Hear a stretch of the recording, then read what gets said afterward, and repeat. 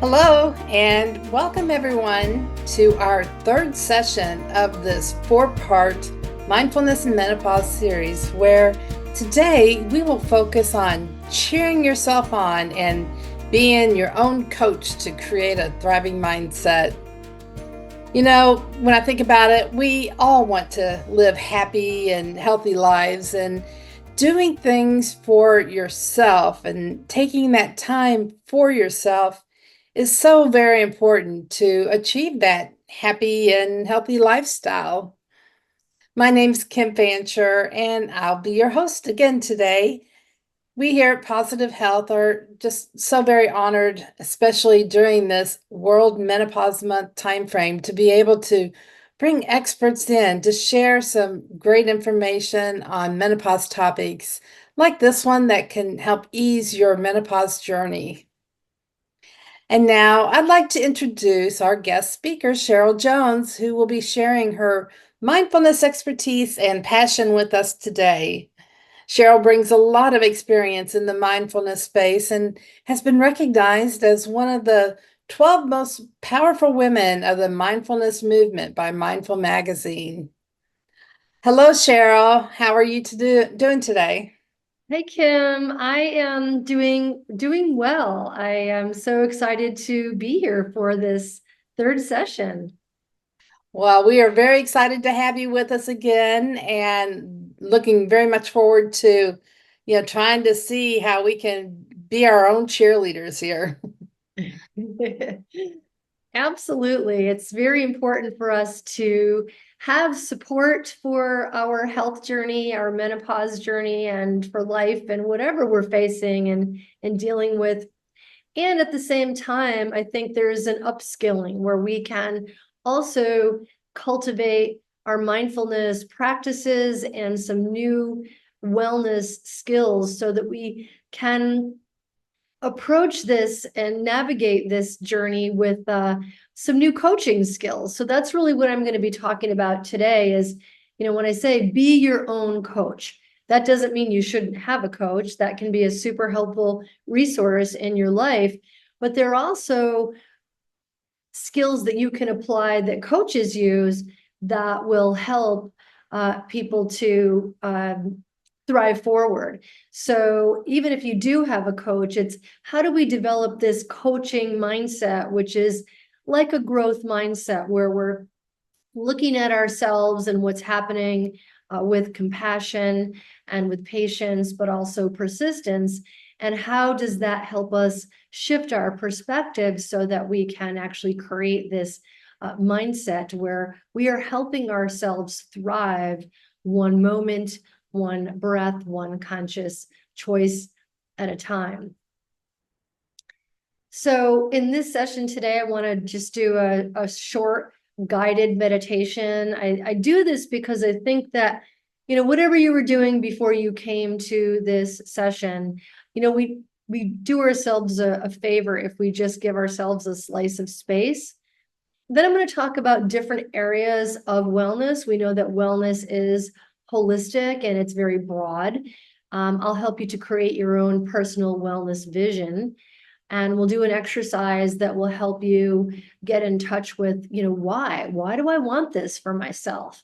And then we'll shift into setting a mindful goal. What does it mean? How do we set goals? Sometimes people have goal phobia. We're afraid we're maybe not going to, follow through or something isn't going to work. And so how do we set goals and achieve them? And then I'll be sharing resources that you'll have to support you even after our time today. So let's get started with a short mindfulness practice. And the position I'd like to invite you to take is upright, dignified, feet on the floor, firmly planted on the ground, hands resting comfortably in the lap, either palms down or palms up, opening the chest and the throat for easier breathing, lowering the eyes or closing them, whichever you prefer. My eyes are closed. stopping and just noticing what it feels like to stop. Giving yourself permission to stop. Just noticing yourself, what's happening within you and around you, in your space, in this moment. Feeling the body in the chair. You'd be noticing sounds coming from within your space. And when you're ready, shifting the attention to breathing. There's no breathing technique, nothing fancy. We're just noticing that the body is breathing.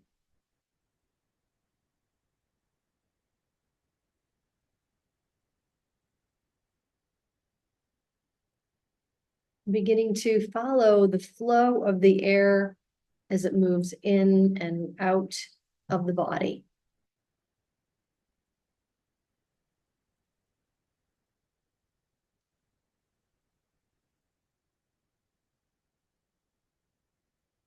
Just noticing how the breath is. Maybe it's shallow or deep or choppy or smooth. There's no correct way to be breathing.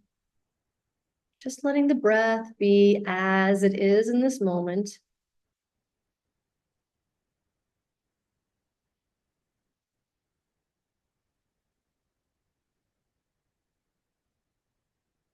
Seeing if you can let your attention settle on the sensations of breathing, either at the tip of the nose or chest or the belly. Maybe feeling movement or pulsation.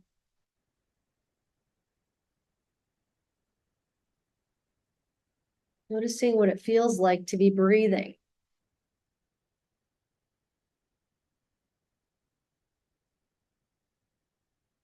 If the mind wanders off to some thought about the future or past, just notice what's drawn your attention away. And then bring the attention back to the breath. Your anchor to the present moment.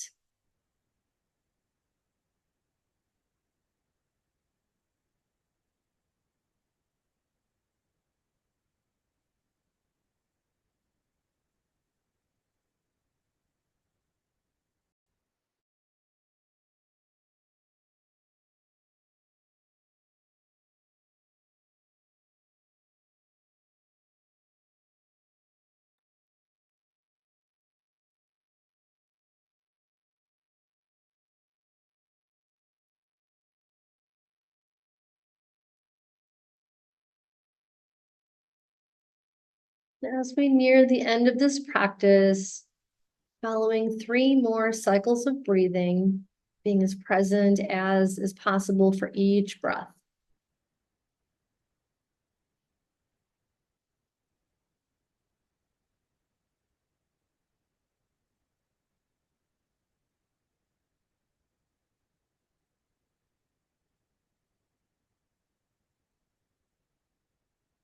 And as you feel ready, gently allowing the eyes to open if they were closed. Just taking a moment to get reacquainted within your space. Maybe noticing how you feel right now. Thank you so much for that practice. So I hope that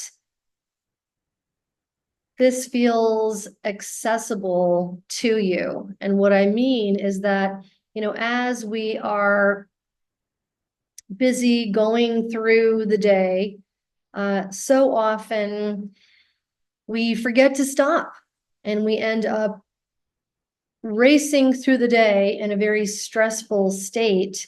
And whenever we catch ourselves doing that, racing when we don't even need to be racing, that's an opportunity to say, well, hang on a minute, let me just pause and stop and pay attention to my breath for just a few minutes to shift the body into a calmer state and help us to mentally be a little more calm and clear. These moments of self-care we can gather up as we're going through the day, no matter how full the day may be.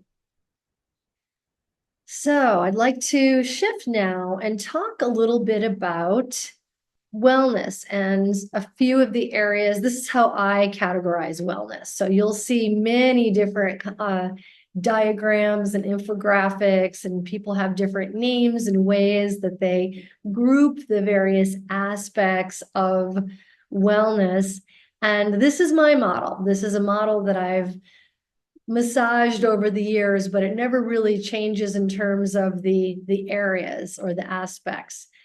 And you'll see first that mindfulness meditation is in the center of this model for a reason. As we were just discussing and I was sharing, I believe that when we stop, that pausing and meditating for 5 minutes, 15 minutes, the benefits, the research benefits kick in after 20 minutes. Any mindfulness meditation is better than zero, but we really start to experience the benefits if we can get ourselves up to about 20 minutes. And we do that, a little bit at a time. But it's at the heart of this model because this awakeness and awareness permeates all the different areas of wellness. We need awareness to be able to identify which parts of our lives, which parts of our wellness we want to improve or enhance or strengthen. And so there's obviously physical health, which is the area that most people are most familiar with. And so when we talk about physical health, we're meaning, exercise and physical activity and a healthy diet and nutrition, those 30 different, fruits or vegetables every week and getting enough sleep, which seems to be a challenge when we're stressed, that impacts our sleep. So that's why we've been focusing in this within this series on stress reduction first. And so that's another reason why mindfulness meditation is at the heart of this model, because stress is oftentimes a barrier to us making the healthy changes that matter most to us. And so if we can get a handle on our stress, then we can start to build some traction around this wellness wheel. So another aspect of wellness is our spirituality. And this may or may have nothing to do with religion and what your spiritual beliefs are. The way that I talk about spirituality is really from this sense of aliveness, what gives us energy. And that could be things like exercise or playing a musical instrument, maybe, connecting with a friend, writing poetry, all the things that help us to feel a sense of purpose and the things that we do that give our lives meaning and the ways that we live in accordance with our personal values. So that's how I like to talk about spirituality and how we can strengthen spiritual wellness. Another aspect of wellness is our sense of social connection.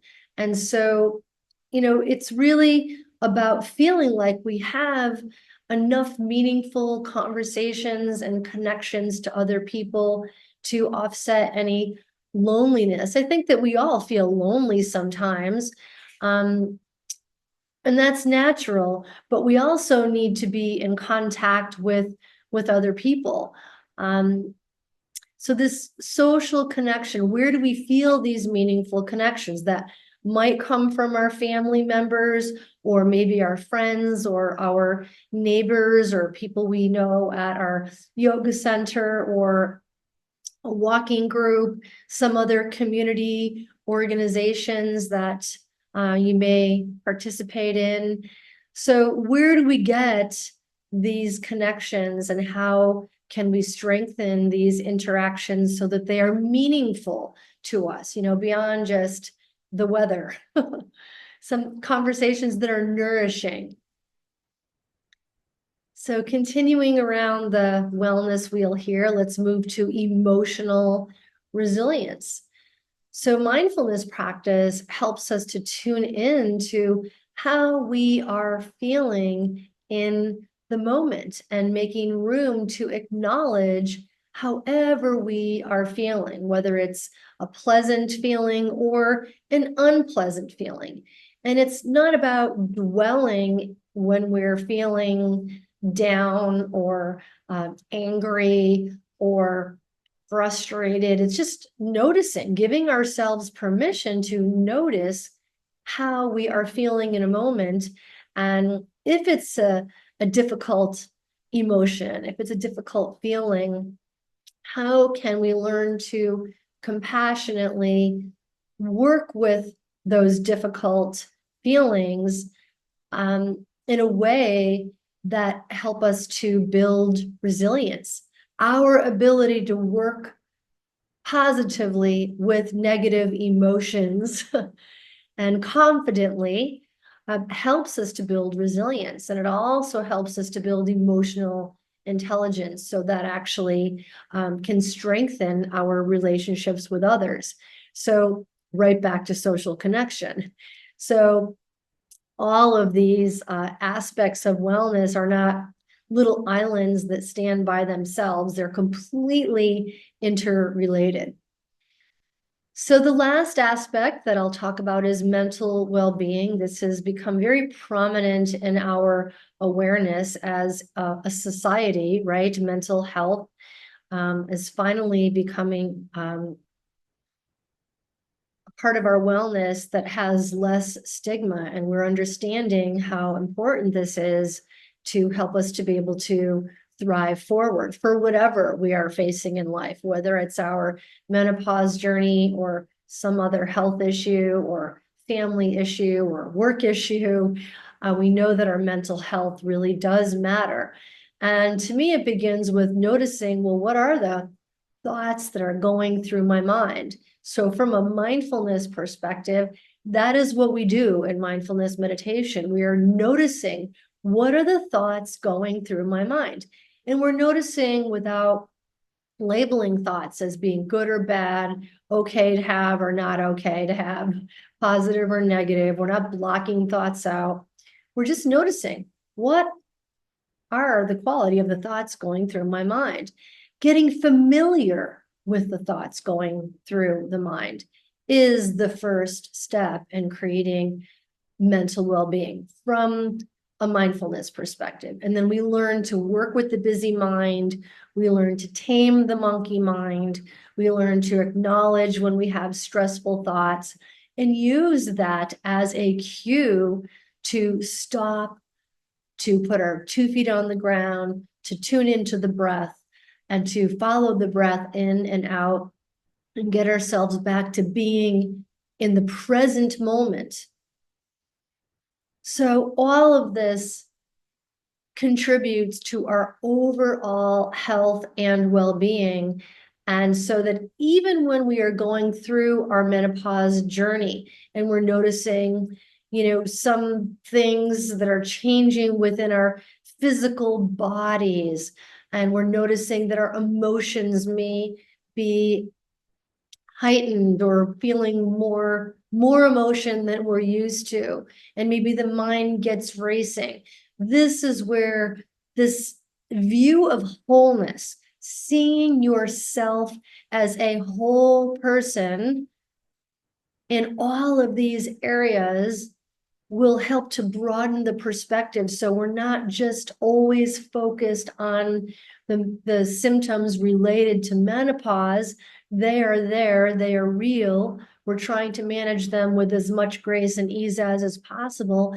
And we can appreciate our whole body, our whole life, our whole self experience. So we're seeing things through a broader lens, and that perspective helps us to reduce our stress. We're not just seeing what's wrong about the body right now and what's going on with us. We're also seeing that which is well, that which is working. So that's a lot. So I just want to pause and see if anybody has some thoughts on this type of perspective of this wellness model that I'm sharing with you. Well, I think that it is very helpful to spike out these different components while linking them all together because they end up being interwoven, whether we want them to be or not. And so the more we recognize that, the better position we're in to focus on what we need to thrive and spend time on. Yeah, I love that. And I think you raised such an important point.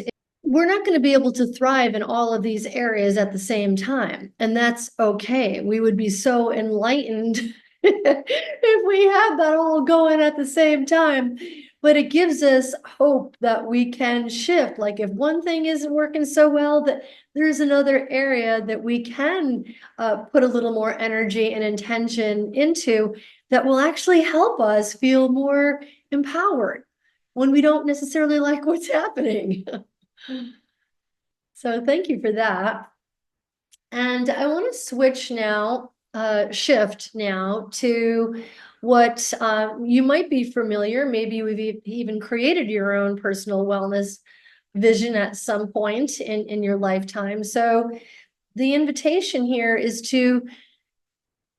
for this type of a reflective activity, to just take some time to think about, if you imagine yourself, 1 year from now, and you're living the happiest, healthiest life possible, you're thriving in the ways that are meaningful to you.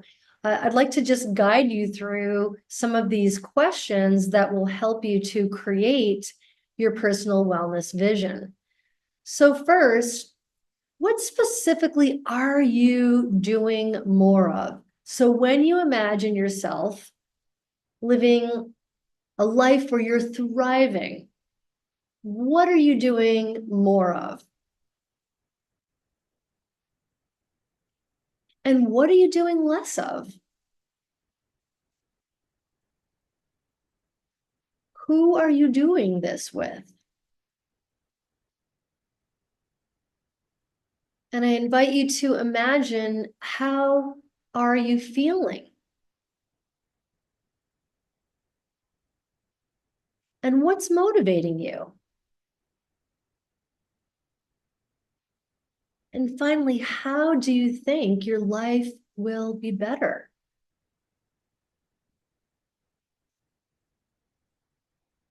And I'd like to invite you to turn this vision into a letter to somebody who cares about your well-being, maybe even more than you sometimes.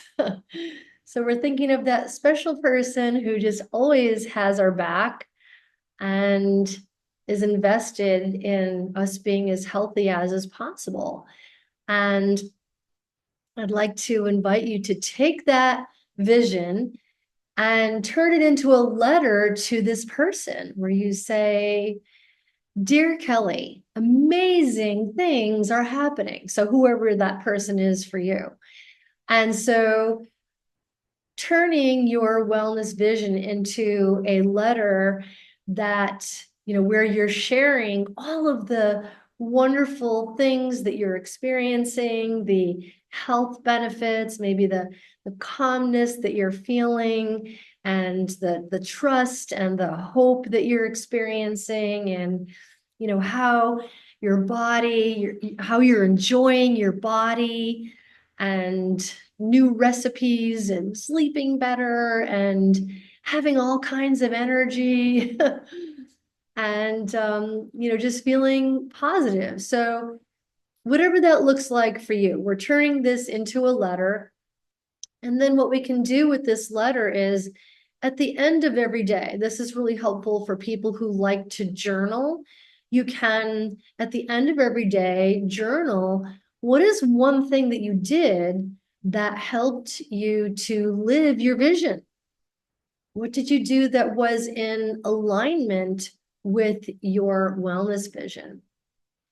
And what you'll discover is that you will accumulate these little practices, one every day, and nothing is too small. I remembered to fill my water bottle twice, whatever it is, and just start to track what your one thing was at the end of every day. And that helps to build self-efficacy. That is the belief that we are indeed capable of change. And so by writing down one thing that you did every day, whatever that is, that helps to build confidence, to be able to see that I am following through with what I said I wanted for myself. And another thing that you can do with this, you can turn this into a collage.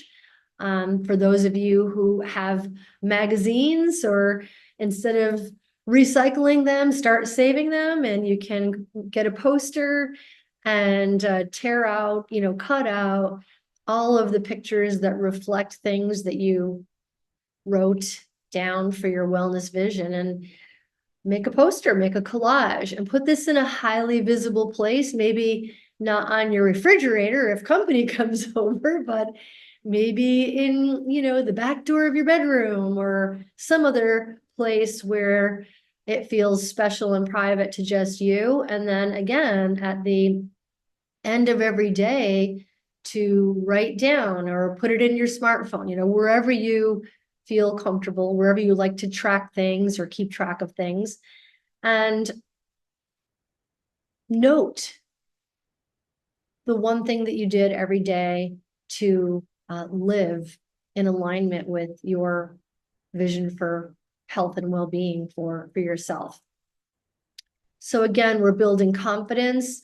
We are building self-efficacy. We're building the belief that we can change. And we're doing this one step, one conscious choice at a time, and celebrating ourselves along the way. This is where we're really cheering ourselves on. We're acknowledging this one thing and gathering up these one things, because all of that has a cumulative benefit.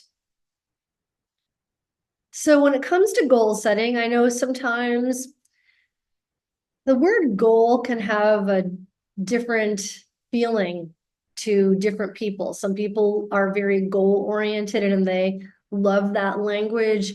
Other people have a little goal phobia. So when I think of goals, I think of like bringing that awakeness and awareness and self-kindness, and thinking about this as a bunch of tiny steps that we're taking so that we're heading down that path towards our healthiest, happiest life. So if you think about the model that I just showed you in the 5 areas of wellness, it's not going to be possible to set a goal in each of those areas. So if I just go back here for one moment, pick which area is screaming at you or most important to you. Not the should, I really should work on this area. What is the one that is speaking to you, that resonates with you, that feels like, ooh, this is where I would like to put my energy and self-care into right now? Okay, so you're picking one area of wellness. Maybe it's your mental wellness, or your physical wellness, or your spiritual wellness, or your social wellness, or your emotional wellness. And then write down, what about this? Why did you pick this area? Why does this area of your wellness matter so much to you right now? And what do you want to do about this? Like, what is a baby step that you could take? And it might be something as simple as doing some research. So if you're wanting to maybe find the right yoga class or exercise class, to see, like, what are the possibilities in my community, or what possibilities exist online, depending on what you want your experience to be, a virtual or in person. So that can be a goal, to research. Don't have to jump right into showing up for a class. We can help ourselves by getting prepared to make a change, or maybe to get a new pair of yoga pants. So you're thinking about what specifically you're going to do and how you're going to do it.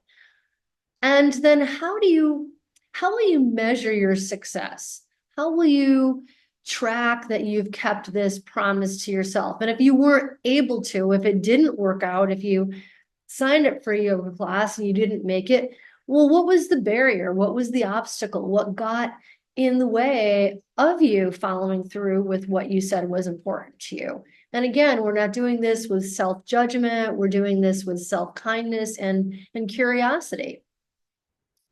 And then make it timely. So, or we think, if we do some research about an exercise or yoga class now, when would we actually see ourselves getting there? So maybe this week we're doing some research, and the goal is next week to actually go to a class, or within 2 weeks. So setting a timeline that feels comfortable based on what's going on in your life.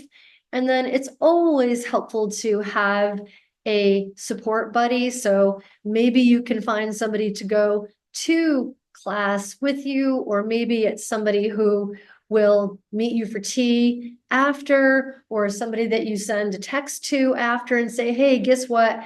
I made it to class, and I'm so excited. I really liked that instructor, or I made a new friend, or not sure if that class is for me, but I'm going to try a different class.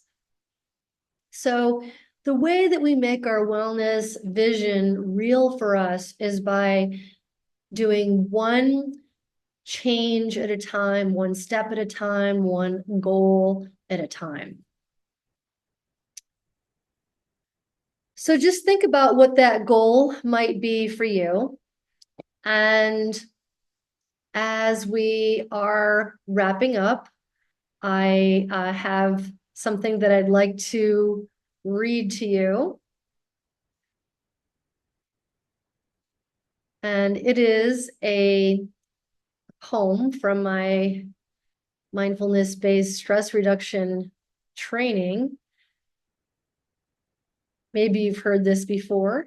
And if you have, you can just take it in as though it were the first time that you've heard this. That's an attitude of mindfulness called beginner's mind.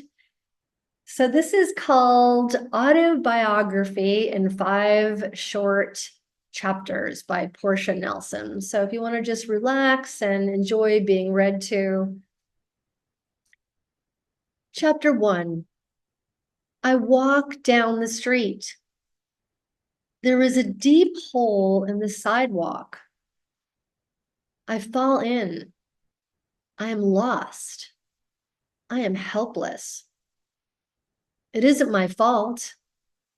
It takes forever to find a way out. Chapter 2. I walk down the same street. There is a deep hole in the sidewalk. I pretend I don't see it. I fall in again. I can't believe I am in this same place. But it isn't my fault. It still takes a long time to get out. Chapter 3. I walk down the same street. There is a deep hole in the sidewalk. I see it there. I still fall. It's a habit. But my eyes are open. I know where I am. It is my fault. I get out immediately. Chapter 4. I walk down the same street. There is a deep hole in the sidewalk. I walk around it. Chapter 5. I walk down another street. So that is Autobiography in 5 Chapters by Portia Nelson. And I like to share that because I think it really speaks to the change process. It doesn't always happen, right? We're not able to always make the change that we say we want to make, even though we feel it really intensely and we desire it so much. We have to be patient and persistent. It takes time to lay down new neural pathways in the brain so that we can create new health enhancing behaviors, not just through our menopause journey, but through the rest of our lives. So I'd like to share with you some free mindfulness resources that you will find at Thrive 55 plus, spell out plus, wellness.com. You'll find the My Mindfulness Practice Plan. You'll find 3 meditations, a 5-minute, a 15-minute, and a 25 minutes. And you'll also find my Thrive 55 plus podcast. So that's what I have for all of you today. Thank you so much for being here. And I'm going to turn it back to you, Kim. Okay. Well, thank you so very much. That has got to be the shortest chapters I've ever heard before. And very to the point. I really like it. It really got me thinking. Thank you for sharing that, Cheryl. I do have a question on to share with you. What are areas where you have found women need the most cheering on during menopause journey? I think we get very focused on the strong sensations within the body. And so I think that, the physical health piece of this is obviously very prominent. How do we accept our changing bodies? How do we befriend and appreciate our bodies, even when we don't like what's happening within our bodies? That is one part, is like that befriending the body and the, really giving ourselves self-compassion and remembering that this is impermanent, that this is a journey that we go through and we will come out the other side. So I think the physical health is a big part of it. And then the emotional roller coaster. So learning how to work with the strong feelings that we sometimes feel that don't even feel like they're my own feelings, right? Like, who is this person? What have you done with her? So it's that, I think the emotion too, the self-compassion and the creating space to deal with and be with feelings that helps us to rebuild confidence and cultivate resilience. Yeah, that sounds about right. And I think about I guess the negative mindsets that people may have during this time? And, how do we use the techniques that you described to improve a mindset if it is negative or one that is fearful? Yes. And so again, it begins with noticing, well, what is my mindset? And to notice mindset, like that is noticing what are the thoughts going through my mind, and give ourselves permission to stop and be skillful in noticing one thought at a time and then coming back to the breath. I think sometimes people are so overwhelmed with thoughts and feelings, thoughts of, oh my gosh, what is happening to me? And the fear and the worry about how am I going to keep up with my daily demands and all this pressure while I'm taking care of myself.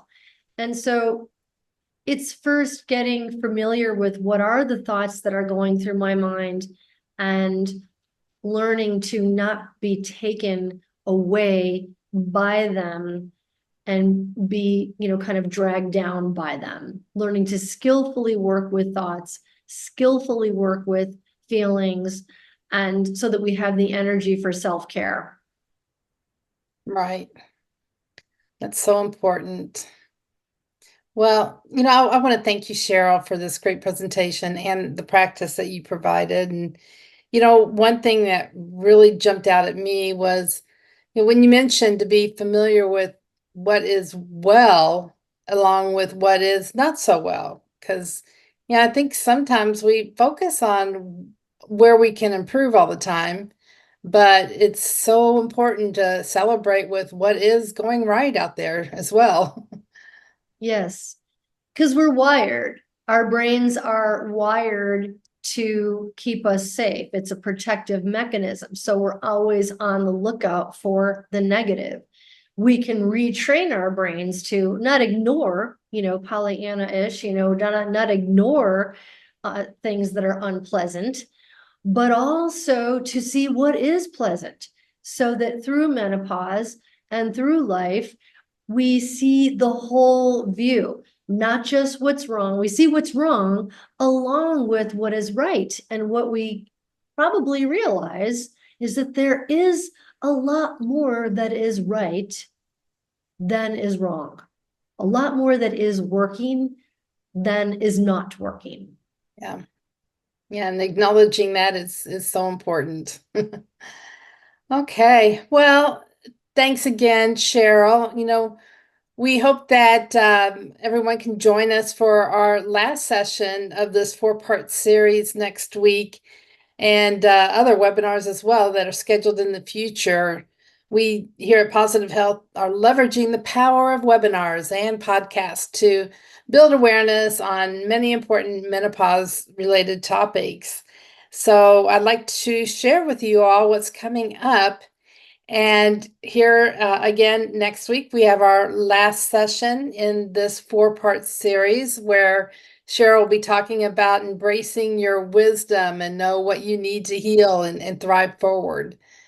And that's going to be on the 31st. And then also next week on October 30th, we have our mindfulness mentor, Skylar Grissell, joining us. And she's going to be talking about reconnecting to the body.